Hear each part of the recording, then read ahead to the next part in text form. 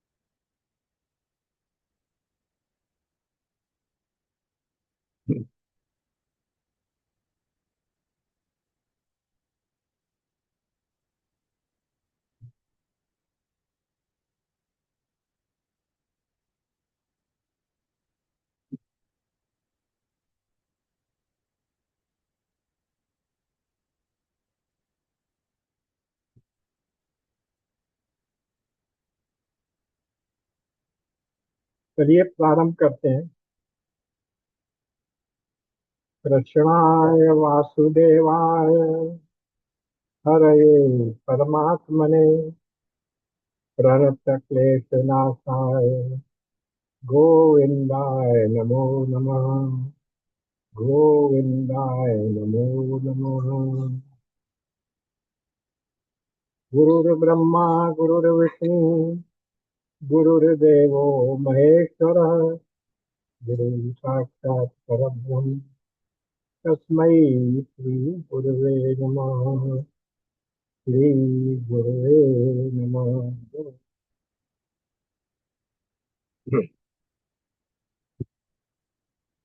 रामचरितमानस के अरण्य कांड में भगवान राम द्वारा जो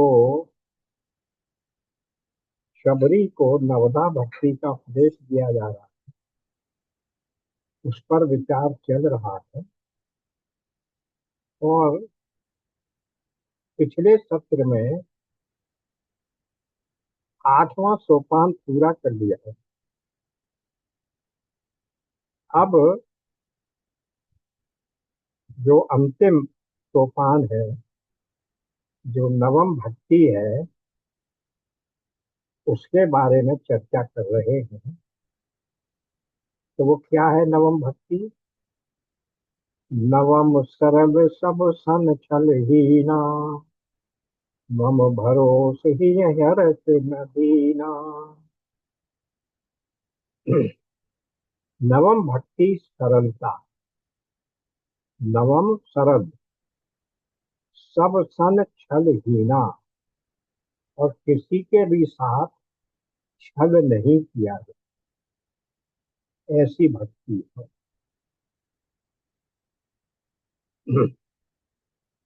और उसके बाद मम भरोस ये हर्ष न दीना।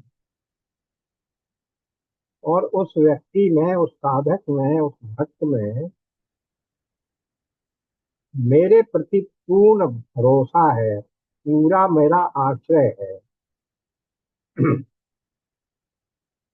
और जब मेरा आश्रय ले लिया उसने, तो उसको कोई भी परिस्थिति आ जाए, न उसे हर्ष होता है न विषाद होता। मम भरोस ये हृदय में मेरे लिए भरोसा है, मेरे आश्रय में है। और फिर उसमें न हर्ष है न विषाद है, किसी भी परिस्थिति हो, अनुकूल हो या प्रतिकूल हो। ये है चौपाई अंतिम भक्ति को बताना। 8वीं भक्ति क्या थी? जिसमें पूर्ण तृप्ति है, जिसको कुछ और चाहिए नहीं, जो भी मिल रहा है उसमें संतोष है। और संतोष कब हो सकता है? जब जो भी मिल रहा है उसमें, जब आप अंदर से तृप्त हो। तब मिल जाए तो ठीक, न मिल जाए तो ठीक, क्योंकि हम तो पूरे तृप्त हैं। तो ये पूर्ण तौर से निर्विकारता, पवित्रता, सात्विकता, ये सब जो संतोष से प्राप्त होते हैं, वो सब गुण 8वीं भक्ति के साधक में है। अब नवम भक्ति क्या कही उन्होंने? नवम भक्ति कही सरलता। तो सरलता देखने में तो बड़ा साधारण सा शब्द मालूम होता है, पर इसको सबसे उच्च स्थान पर क्यों रख दिया गया? इसलिए रख दिया कि ये जो सरलता है, इसमें कोई क्रिया नहीं है। ये भक्त की एक स्थिति है। वो इस आसन पर, इस स्थान पर, इस स्टेज पर पहुंच गया है, जहां वो सरलता से जीवन यापन करना।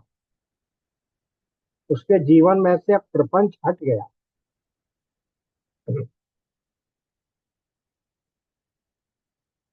भक्ति की ये चरम सीमा। तो अब देखिए कि कहाँ से प्रारंभ हुआ था। प्रथम भगति संतन कर संगा, दूसरी भगति रम रति मम कथा प्रसंगा। तो वहां मेरी कथा में प्रसंग मन लगना, रति होना,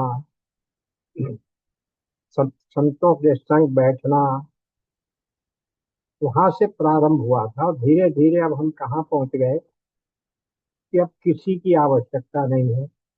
आठवीं भक्ति में हम पहुंच गए कि हम अपने आप में ही पूर्ण हैं, संतुष्ट हैं, निर्विकार हैं। और यहाँ अब हम एक सरलता की स्थिति में आकर यहाँ स्थित हो। सरल, न हर्ष न विकार। तो सरलता का अर्थ क्या होता है? नॉर्मली जैसा भीतर वैसा बाहर। गीता में भी आया कि दुष्ट प्रकृति के लोग वो हैं जो सोचते कुछ हैं, कहते कुछ हैं और करते कुछ। जिनके विचारों में, जिनके कर्तव्य में समानता नहीं। इसलिए सरल वो व्यक्ति है जो जैसा सोचता है वैसा ही बोलता है और वैसा ही फिर करता है। भीतर से बाहर तक बिल्कुल क्या है, वो एकदम पारदर्शी है। घटा भरी कुछ नहीं है। तो इसको कहते हैं वो व्यक्ति बड़ा सरल है। एक चीज पूछ लूं? हाँ एक बताइए। क्वेश्चन उठ रहा है, सहजता और सरलता में क्या फर्क है? सॉरी, क्या कह रही है? सहजता और सरलता में क्या अंतर है? किसमें? सहजता और सरलता। सरलता और सहिष्णुता। सहजता, सहज। सहजता वो एक ही बात। हाँ, जो व्यक्ति सहज है उसमें कोई चतुराई नहीं है। वो स्वाभाविक रूप से जो है वैसा बताता है अपने। तो उसी को हम सहज भी कह सकते हैं, सरल भी कह सकते हैं। सहजता भी ऐसा ही है जिसमें रिजुपन है। बिल्कुल इसमें किसी भी प्रकार की चतुराई या किसी प्रकार का दुराव छिपाव नहीं है। सहज रूप से बनावट नहीं है जिसके जीवन में, वही व्यक्ति सरल है। इसीलिए देखिए, हम अर्जुन के नाम की जब व्याख्या करते हैं तो क्या कहते हैं कि अर्जुन शब्द जो बना वो संस्कृत की ऋजु धातु से बना। ऋजु का अर्थ होता है सरल, एकदम शुद्ध, सात्विक। और उसमें कहीं इस प्रकार की चतुराई या इस प्रकार का दिखावापन नहीं है कि मन में कुछ सोचता है और दिखाता कुछ और। जैसा है वैसा ही वो अपने आप को बताता है। ये बात वहां भी हम लोगों ने देखी थी कि जब अर्जुन ये कह देता है कि मैं अब युद्ध नहीं करूंगा, दूसरे अध्याय के 10वें श्लोक में जाकर वो कह देता है न योत्सी, मैं अब युद्ध नहीं करूंगा। और जाकर बैठ जाता है रथ के पिछले भाग में और धनुष को रख देता है।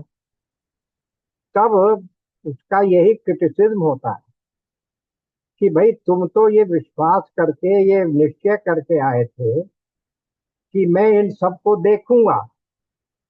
जब पहले अध्याय के 19th और 20th में उन्होंने कहा था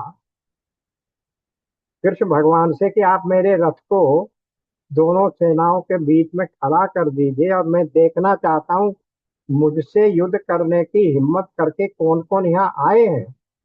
थोड़ी देर पहले तक तो उसमें इतना अभिमान था, अपने ऊपर इतना विश्वास था, और अब वो कह रहा है मैं युद्ध नहीं करूंगा। तो इसको उसकी कायरता नहीं समझती। उसके मन में जो उस समय ये भाव था कि मैं युद्ध करने की स्थिति में अपने आप को नहीं पा रहा, इसलिए वो स्थिति उसने भगवान के सामने प्रकट की, और किसी के सामने नहीं प्रकट की। युधिष्ठिर से नहीं कहा, उनसे नहीं कहा जाके, भीष्म पितामह से, भगवान से। कि मेरी मन स्थिति इस समय ऐसी नहीं हो रही है कि मैं इस युद्ध को लड़ सकूं।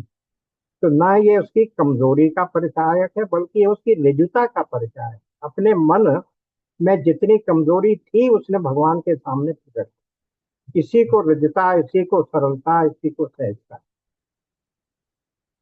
तो यही बात थी कि ये जो चतुराई है ये तो अभिमान है, धोखा है। तो अब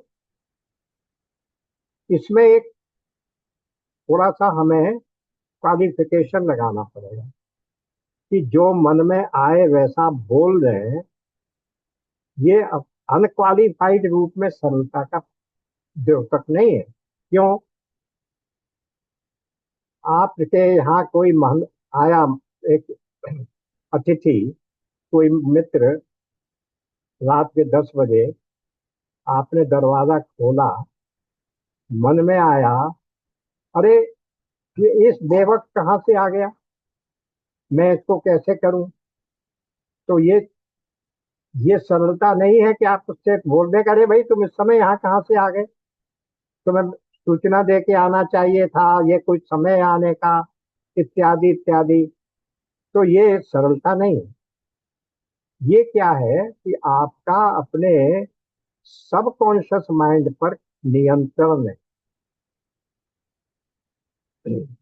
डॉक्टर अग्रवाल तो समझेंगे कि कॉन्शियस एंड सबकॉन्शियस होता है, ये जिसको हिंदी में चेतन मन और अवचेतन कहते हैं, सबकॉन्शियस।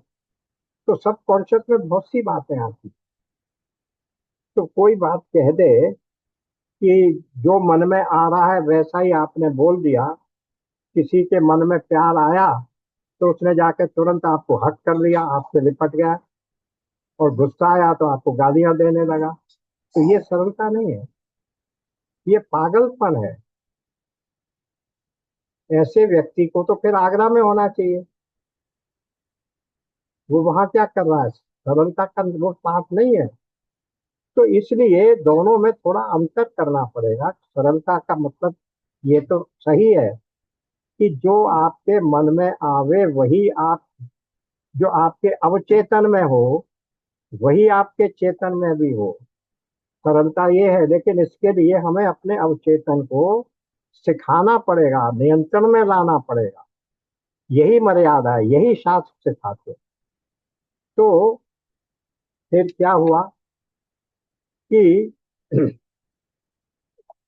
इस जब तक आपका अवचेतन मन, सबकॉन्शियस, जो आप सोच रहे हैं वो सोच आपकी ऐसी नहीं हो कि आपका व्यवहार, आपका जो आचरण, आपका जो दूसरे व्यक्ति के साथ जो आप वार्तालाप कर रहे हैं, वो जब तक शास्त्र के अनुसार, समाज की मर्यादा के अनुसार नहीं हो, और केवल स्पॉन्टेनियस ओवरफ्लो ऑफ हमारी फीलिंग्स का हो जाए, तो ये तो सरलता नहीं है। इसलिए ये कुटिलता हो गई, बल्कि ये मूर्खता हो गई। तो भगवान ने यहाँ जो सरलता का शब्द दिया है वो इसीलिए दिया है कि जिसका मन चेतन और अवचेतन दोनों शुद्ध और निर्मल है, सरल है। इसके लिए हमें क्या करना चाहिएगा? अवचेतन मन की गुणवत्ता को बढ़ाना पड़ेगा।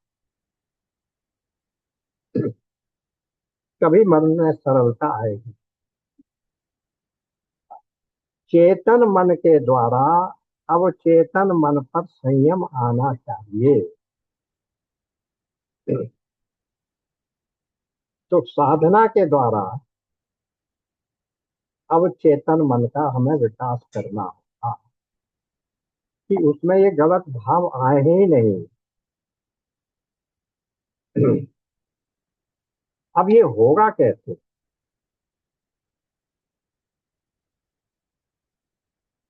विद्वानों ने कहा है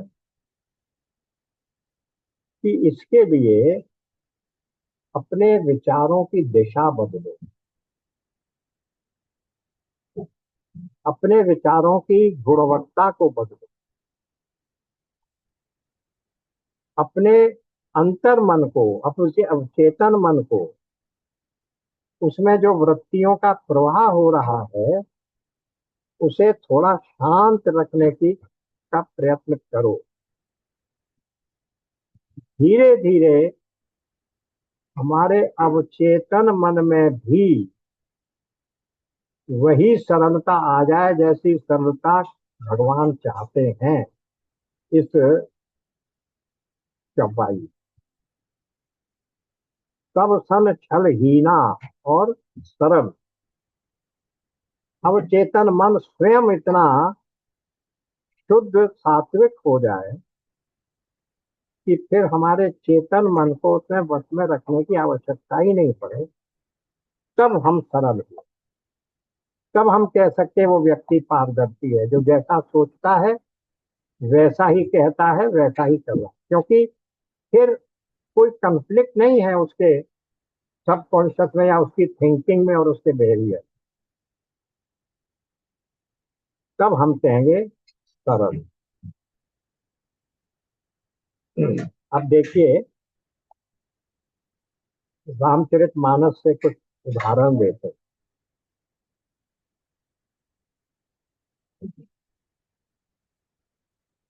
भरत जी के लिए कहा जाता है कि महान सरल व्यक्ति थे वो।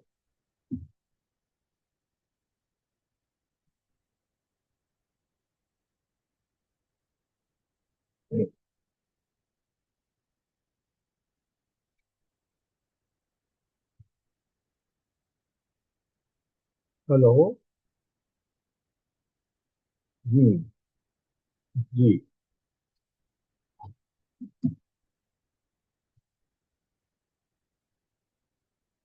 इसी अंतिम सोपान के साधक थे। कैसे?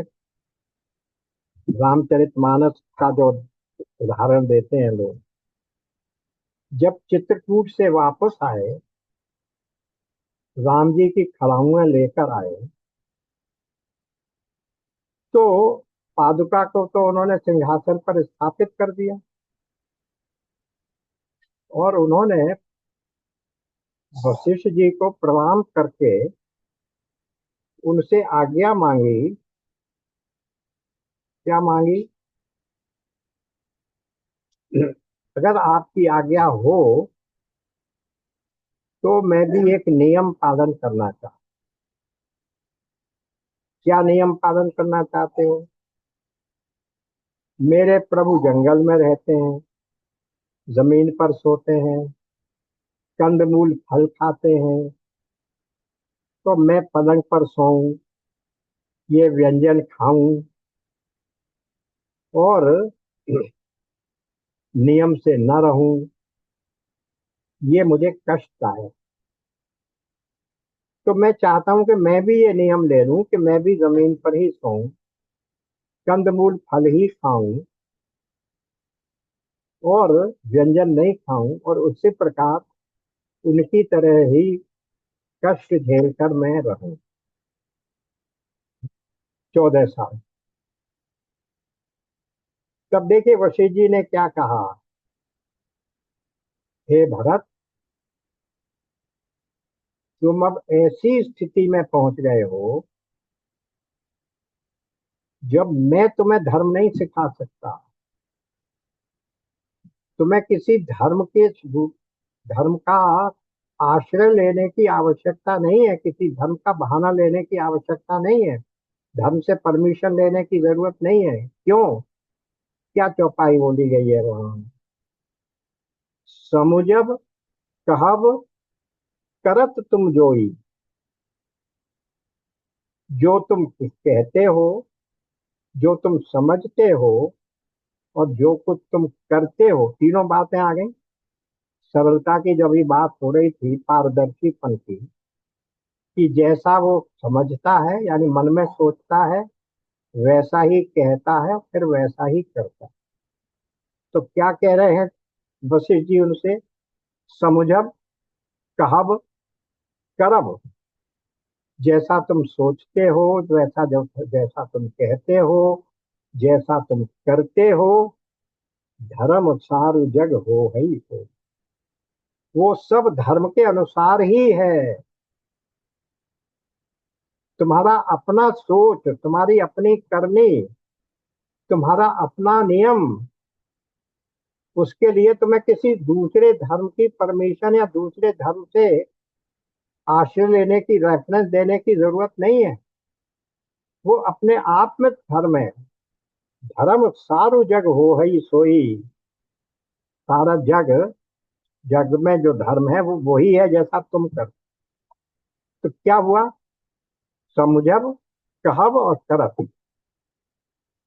तो ये उनका वो था कि जो उनके अवचेतन में था वैसा ही वो चेतन में बता रहे थे, और उसी के अनुसार फिर वो करने के लिए उद्यत थे। और वो जमीन में भी नहीं सोए। क्यों? प्रभु जमीन में सो रहे हैं तो मैं उसी लेवल पर मैं कैसे सो सकता हूं? तो गुफा खोदी, गड्ढा खोदा, उससे नीचे के लेवल पर सोते। ये है तपस्या, ये है भ्रातृ प्रेम, ये है प्रभु प्रेम। और इसीलिए वशिष्ठ जी को कहना पड़ा, धर्म सारु जग वो है ही सोई। जो तुम करते हो वही धर्म है। ये होता है नवम सरल। अब एक और भक्त का उदाहरण दिया जाता है। एक वेदांत मत में एक हुए हैं विद्वान, उन्होंने वेदांत के सिद्धांतों पर पुस्तकें भी लिखी है। संत भी थे, वेदांत के ज्ञानी भी थे, और शिव जी के भक्त भी थे। उन्हें एक बार ये लगा कि जब तक मैं जागता रहता हूँ, यानी जब तक मैं सचेत रहता हूँ, तब तो शिव जी की शरणागति और भक्ति मेरे मन में है। पर मान लो मैं पागल हो जाऊं तो मेरा क्या रूप होगा? देखिए, उस जमाने में वो साइकोलॉजी की बात कर रहे हैं कि पागल होने पर आपका अपने मन पर तो नियंत्रण रहा नहीं। अब तो अवचेतन के मुताबिक काम करेंगे आप। तो यदि मैं पागल हो जाऊं तो मेरे मन की क्या स्थिति होगी? इस पर शोध कर रहे हैं वो, अपने आप को की परीक्षा देने के लिए, मेरी भक्ति कितनी दृढ़ है। पागलपन की दिशा में भी मैं क्या बोलता हूँ। शराब पीकर भी आदमी मदहोश होकर भी क्या बोलता है, इससे पता लगता है कि उसके अवचेतन में क्या चल रहा है। तो उन्होंने एक दावा बनाई जिसको पीकर वो पागल हो सकते थे, और एक दूसरी दवा बनाई जिसको पीकर वो पागलपन से मुक्त हो सकते थे। तो उन्होंने अपने शिष्यों से कहा कि ये दवा मैं आज पी लेता हूँ, 3 दिन बाद तुम्हें पागलपन से मुक्ति वाली दवा मुझे दे देना, जिससे मैं पागलपन से छूट जाऊंगा। पर इन 3 दिन में मैं जो भी बोलूं, भले ही गालियां भी दूं, तो गालियां भी तुम देखना। मुझे पता तो लगे मेरे अवचेतन में क्या है। शिष्यों ने कहा ठीक। उस पागलपन की अवस्था में जो बोल लिखा है उन्होंने, उसका नाम है मार्ग बंधु स्तोत्रम। भगवान शिव की प्रार्थना में उन्होंने एक स्तोत्र लिख दिया पूरा। जैसे हम लोग विष्णु सहस्रनाम स्तोत्र बोलते हैं, इसी तरह उन्होंने उस पागलपन की अवस्था में भी उन्होंने शिव जी की स्तुति में एक पूरा स्तोत्र लिख दिया। ये है सरलता। उस पागलपन में भी उनके अवचेतन में वही भक्ति इतनी दृढ़ थी, जिसको वो सोचते थे कि मैं केवल सचेत अवस्था में ही भक्ति कर रहा हूँ, क्या मेरी भक्ति इतनी दृढ़ हो गई? तो अवचेतन की जो प्रक्रिया है, वो भी जब ऐसी हो जाए जो हमारे चेतन के अनुकूल हो, उसी को आप कहते हैं सरल भक्ति। जब हम बुद्धि पूर्वक भक्त नहीं होते, अपने मन को समझाकर भक्त नहीं होते, बल्कि भक्ति में स्थित ही रहते, तब होता है सरल। तो इसीलिए प्रारंभ में ही कहा ना कि नवे स्थान पर क्यों रखा गया है इसको। सरल शब्द कहने में बड़ा सरल है, लेकिन उस स्थिति पर पहुंचना जहां आपका अवचेतन और चेतन एक साथ अनुकूल सोचे, वो कठिन है। इसलिए सरल भक्ति को भगवान ने बिल्कुल नवम सोपान पर, अंतिम सोपान पर रखा। अब ये हो गई सरल मन सब छल हीना। अब जब ऐसा व्यक्ति है तो वो तो फिर छल किसी से कर ही नहीं सकता। छल किससे करेगा? उसके मन में तो सरलता है, सबके प्रति एक सा भाव है, निर्विकार है। इसलिए सरल सब छलहीना। छलहीन होना सरल होने का ही फल है, परिणाम। अब दूसरी हिस्सा आ गया, मम भरोस ही हर्ष न दीना। जब चित्त में भगवान है, मेरा आश्रय लिए बैठे हो, मुझ में ही रह रहे हो, मेरे ही भरोसे हो, नित्य युक्त, मम आश्रय, मम भरोस, तब उसे भगवान का इतना आलंबन रहता है, इतना भरोसा रहता है कि पहले तो उसके पास उसको ना दैन्य अनुभव होता है और ना ही ठाकुर जी का बना दिया।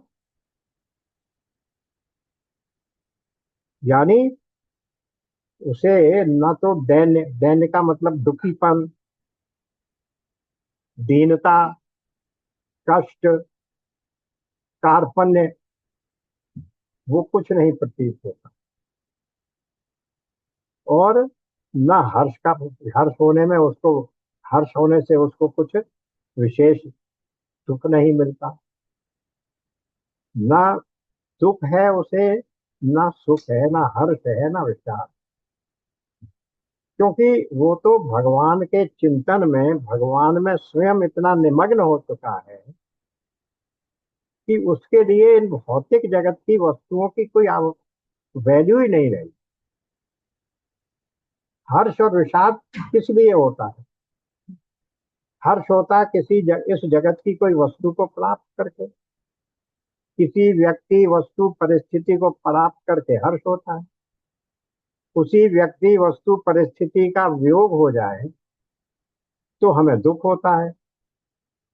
लेकिन जब हमने ये कह दिया कि मेरे तो भगवान है, यदि मुझे दुख भी हो रहा है तो उनका भी कुछ ना कुछ इसमें मेरी कल्याण की ही होगी, क्योंकि भगवान मेरे कल्याण की बात नहीं सोच सकते। और अगर कुछ सुख की बात है तो उसके लिए भी वो हर्ष नहीं होता, भगवान की अनुकंपा है कि मुझे ये मिल रहा। वो ये नहीं सोचता ये मेरे परिश्रम का फल है, मेरे श्रम का फल है, मैंने इतनी मेहनत की है इसलिए मुझे सुख मिल रहा है, या मैंने भगवान की इतनी पूजा की है इसलिए फल मिल रहा है। वहां भी वो यही सोचता है कि ये मेरे प्रभु की अनुकंपा है। दुख भी दे रहे तो इसमें आगे कुछ ना कुछ कल्याण होगा। आश्रय, उसको ईश्वर का आश्रय मिल गया है, उसकी अब रति कहाँ हो चली है? कथा प्रसंग में ही नहीं, डायरेक्ट भगवान में रति हो गई है। दूसरी सोपान में क्या कहा था? दूसरी भगति क्या थी? मम कथा रति, मम कथा प्रसंगा। मेरी कथा में, मेरी लीला में, मेरे धाम में उनको श्रवण करो और उनके में रति हो, तुम्हारी मन लगे। अब उसकी उन बातों की उसे आवश्यकता नहीं है, वो साधन थे। अब रति कहाँ हो गई है? मम रति। वहां कहाँ थी? मम कथा, मेरी कथा और लीला में रति नहीं।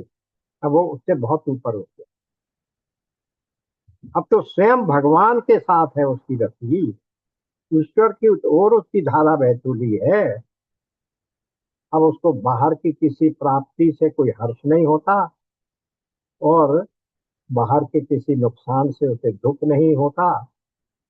जब भगवान का ही आश्रय मिल जाए, भगवान का ही जब आलंबन मुझे मिल जाए, तो भौतिक जगत के किसी भी आश्रय, किसी भी वस्तु के प्राप्त या अप्राप्त होने से मुझे सुख और दुख क्यों मिले। वैसे भी जब ऐसा भक्त इस स्टेज पर आ जाता है तो उसके लिए जगत की वस्तुओं का कोई मूल्य नहीं होता। भगवान के सामने इन सब वस्तुओं की क्या कीमत है? मुझे तो भगवान मिल रहे हैं। श्रीमद् भागवत में कथा आती है, एक राजा थे, नाम मुझे याद नहीं है, कथा का प्रसंग बता देता हूँ। उन्होंने बहुत तपस्या की, तो भगवान प्रकट हुए, बोले भाई तुम कुछ मांगो, तुमने तपस्या की है। तो उन्होंने ये कहा कि आप ऐसी बात कर रहे हैं, मैंने तपस्या आपके दर्शन करने के लिए की थी, आपका अनुग्रह प्राप्त करने के लिए की थी। आप ऐसी बात कर रहे हैं कि कोई लड़की हो और उसका प्रियतम जिससे वो प्यार करती है वो उसके सामने उपस्थित हो जाए, फिर क्या? अच्छा तुम बताओ, तुम किससे फिर विवाह करना चाहती हो, हम तुम्हारा विवाह उससे करा देंगे। अरे मेरे लिए तो आप ही सर्वस्व, मैं किसको मांगू? ये स्थिति होती है। और फिर उन्होंने क्या कहा कि अगर देना ही चाहते तो क्या दो, मेरे 1,000 कान कर दो, जिससे मैं आपकी कथाएं सुनता रहूं, आपका नामोच्चारण करता रहूं। 1,000 कान कर दो, 1,000 जीव कर दो, इससे अतिरिक्त मुझे कुछ नहीं चाहिए। ये है भगवान के प्रति आलंबन, भगवान के प्रति आश्रय। उसे कुछ नहीं चाहिए, ना उसे हर्ष में कुछ दुख विशेष वो है, आनंद है, और ना ही किसी विषाद में उसको कोई विशेष दुख है। उसे तो मेरे तो गिरधर गोपाल, तो वही उनके हाथ में, मैं तो तेरे हाथ बिकानी, जो फिर जो होए सो होए। ये भाव जो मीरा का। तो इसलिए ऐसे भक्त के हृदय में ना हर्ष है ना विषाद। वो कैसा हो गया गीता के शब्दों में? समन्वय योग उच्यते। तो योग किसको कहा? जो एक भाव में रहता है, उसी को कहा। तो ये व्यक्ति भी इसी भाव में है, इसलिए उसको ना हर्ष और विषाद से कोई अंतर नहीं पड़ता। अब इस प्रकार से यहाँ शबरी का, शबरी के दिए जाने वाले उपदेशों का प्रसंग तो पूरा हो गया। अब शबरी से कहते हैं कि देख माता, ये जो 9 सोपान बताए, इनमें से एक को भी जो प्राप्त कर लेता है, एक पर भी जो स्थित हो जाता है, पहुंच जाता है, वो मुझे अतिशय प्रेमी है, मुझे अतिशय प्रिय है। पर शबरी, तुम में तो ये 9 के 9 उपस्थित हैं, सारे भक्ति के सोपान तुम में सिद्ध हो चुके हैं, और योगियों और तपस्वियों को भी जो गति दुर्लभ है, वो गति तुमने पाई है। लेकिन ये मेरे दर्शन का फल नहीं है। देखिए भगवान कितनी संकोच से बात करते हैं। मेरे दर्शन का फल ये नहीं है, मैं नहीं दे रहा हूं तुम्हें। ये जो गति सुलभ हुई है वो तुम्हारी अपनी भक्ति से प्राप्त हुई है।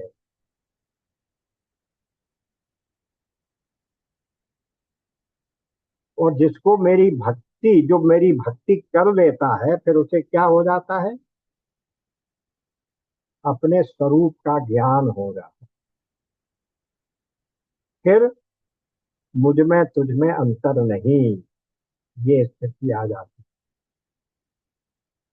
ध्यान दीजिए, कई बार वो बात आ चुकी है, लेकिन जब वो आ जाता है संदर्भ, तो फिर कहने का मन होता है। एक बार राम जी के मन में आया हनुमान जी की परीक्षा ले लो। तो उन्होंने पूछ लिया, हनुमान तुम कौन हो? अब हनुमान तो क्या है?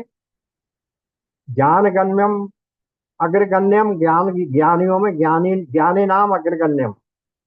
सुंदर कांड के मंगलाचरण में उनके लिए कह दिया, ज्ञानी नाम अग्रगण्यम।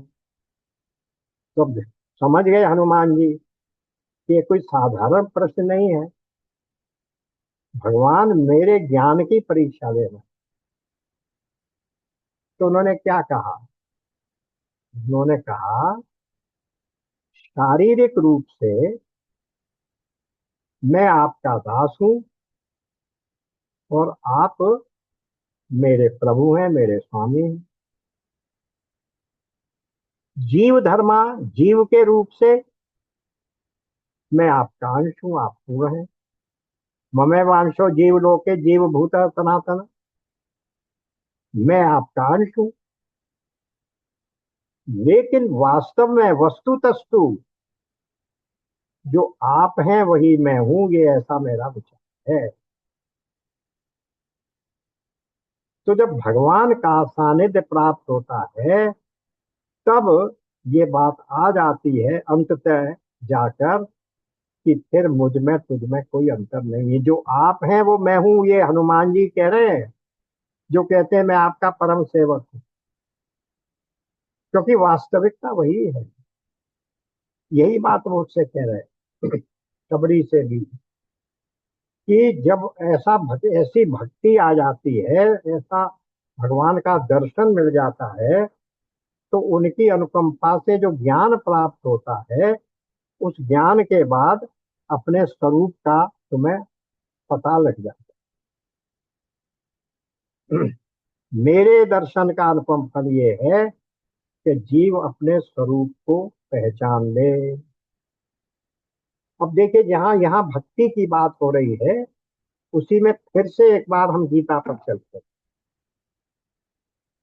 गीता के 10वें अध्याय के 10 श्लोक को निकाल लीजिए, 10.10 एंड 10.11।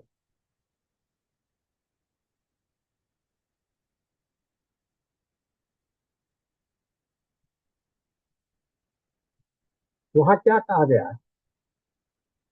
वहां भाई भक्ति की ही बात हो रही है। कौन सा भक्त है वो?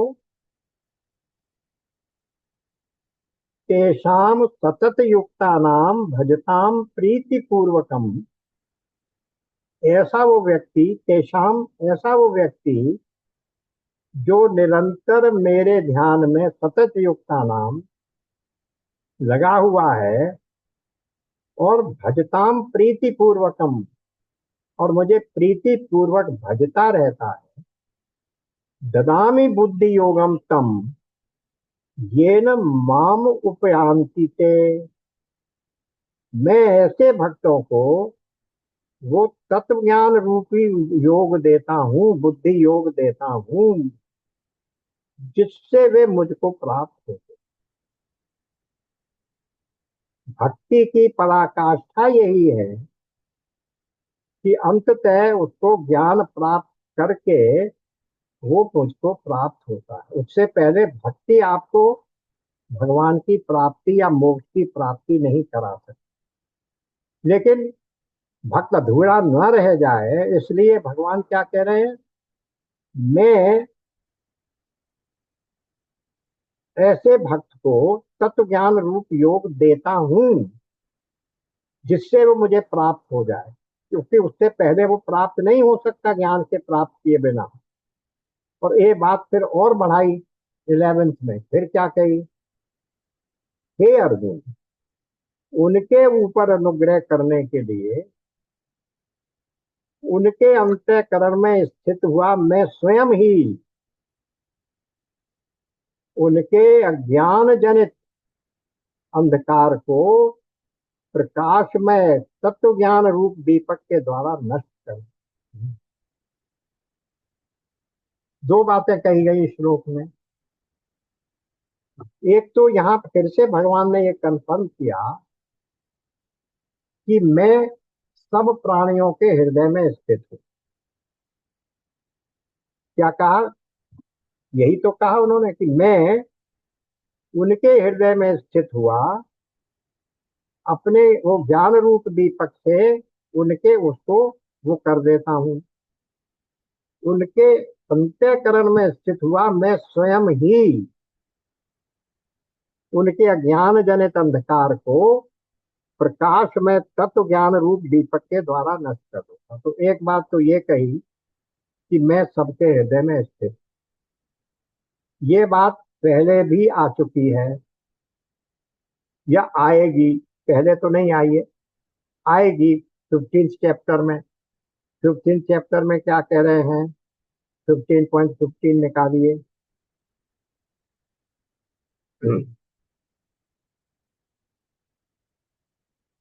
देखिए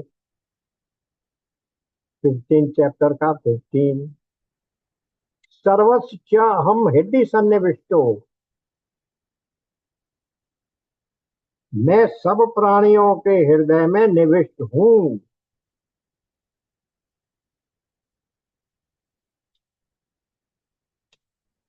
मैं ही सब प्राणियों के हृदय में अंतर्यामी रूप से स्थित हूं। वहां फिर ये स्पष्ट किया। और इसके बाद फिर कहाँ कहा? 18.61 में, ईश्वर सर्वभूतानाम हृदय से अर्जुन तिष्ठति। यहाँ 15वें श्लोक में सगुण साकार के रूप में कहा मैं सबके हृदय में स्थित हूँ।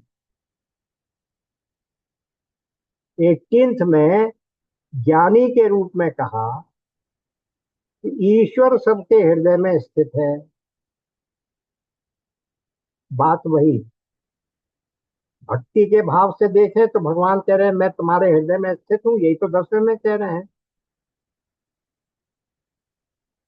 तो एक बात तो ये हुई कि चाहे भक्ति के दृष्टिकोण से ले लो, चाहे ज्ञान के दृष्टिकोण से ले लो, भगवान बार बार गीता में ये कंफर्म कर रहे हैं कि मैं सबके हृदय में स्थित हूँ। और ये बात वेदांत भी यही कहता है। वो कैसे कहता है? एक मेवा द्वितीय, मेरे अतिरिक्त और कुछ है ही नहीं, तो मैं ही सब में अपने आप को मैनिफेस्ट कर रहा हूँ, अपने आप को प्रकाशित कर रहा हूँ। तो भगवान सब जगह है। एक बात तो ये आ गई। दूसरी बात वो क्या कही उन्होंने, 10 और 11 का अर्थ निकाले 10.10 एंड 10.11, कि बिना ज्ञान के मुझको प्राप्त नहीं हो सकते। भक्ति के सिद्धांत में भाई मुक्ति क्या है? सायुज्य मुक्ति। सायुज्य क्या है? भगवान के साथ एकाकार हो गए, भगवान को प्राप्त कर लिया। भाई यही तो है। पूरी भक्तों की कथा सुनो, उनकी वो निकली और भगवान की उनकी ज्योति निकली और भगवान में मिल गई। मीरा जी गई मंदिर में और वो गायब हो गई, वहां से वो भगवान में मिल गई। तो भक्त की चरमावस्था यही तो है कि भगवान के साथ उसका एकाकार हो जाए, तादात्म्य हो जाए। तो वही कह रहे हैं कि मुझसे नहीं मिल पाओगे, क्योंकि 10th चैप्टर कहाँ आ रहा है? भक्ति शतक में आ रहा है। 12वें तक, 7 से 12 तक भक्ति शतक है। तो वहां वो कह रहे हैं कि तुम मुझसे कब मिलोगे? जब मैं तुम्हें ज्ञान दूंगा। तो मैं ज्ञान देता हूं जिससे तुम मुझे प्राप्त हो जाओ। सायुज मुक्ति तब मिलेगी। पर वो ज्ञान आएगा कहाँ से भगवान हमारे पास? अरे मैं ही दूंगा, क्योंकि मैं तुम्हारे हृदय में बैठा हूं। और मैं ही अनुकंपा करके ज्ञान रूप दीपक से तुम्हारे अज्ञान जनित अंधकार को मिटाऊंगा। तो भक्त के लिए भी भगवान यही कह रहे हैं, यही बात यहाँ भी इनडायरेक्ट तरीके से इस अरण्य कांड के इस आखिरी उसमें प्रवचन में भगवान के उपदेश में ये बात कह दी गई कि मेरे दर्शन का फल ये है कि जीव को अपने स्वरूप का ज्ञान हो जाता है। वो स्वरूप का ज्ञान ही करना हमारे सारे शास्त्रों का, सभी सभी प्रकार की विचारधाराओं का, चाहे भक्ति का सिद्धांत हो चाहे वेदांत का सिद्धांत हो, सबका सार एक ही है कि हम भगवान के साथ एकाकार हो जाएं। इसलिए ये जो यहाँ भगवान ने नवदा भक्ति का वो दिया उपदेश, उसका अंतिम फल क्या है? अंतिम फल यही है कि तुम्हें अपने स्वरूप का ज्ञान हो। इस प्रकार की भक्ति करोगे, एक के बाद एक स्वरूप पर चढ़ते चलोगे, एक के बाद एक सोपान पर, एक के बाद एक सीढ़ी पर, तो फिर तुम्हें अंततः अपने स्वरूप का ज्ञान हो जाएगा, यानी मुझे प्राप्त करने का अर्थ क्या है?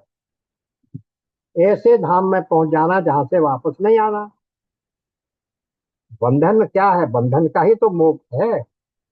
मुक्ति किसका नाम है? मुक्ति कोई ऐसी जगह तो है नहीं कि वहां पहुंच गए हमें मुक्ति प्राप्त हो गई। मुक्ति एक स्थिति है। बंधन से हमें छुटकारा मिल गया, इसका नाम मुक्ति है। कौन से बंधन से? पुनरपि मरणम पुनरपि जन्मम, बार बार जन्म लेना और बार बार मरना। इस बंधन से छुटकारा मिलने का ही नाम मुक्ति है। तो वो चाहे भक्ति मार्ग से चलो चाहे ज्ञान मार्ग से चलो, हम सबका अंतिम लक्ष्य तो वही है ना। तो वो कहते हैं तुम इस प्रकार की भक्ति करोगे तो मुझे प्राप्त हो जाओगे।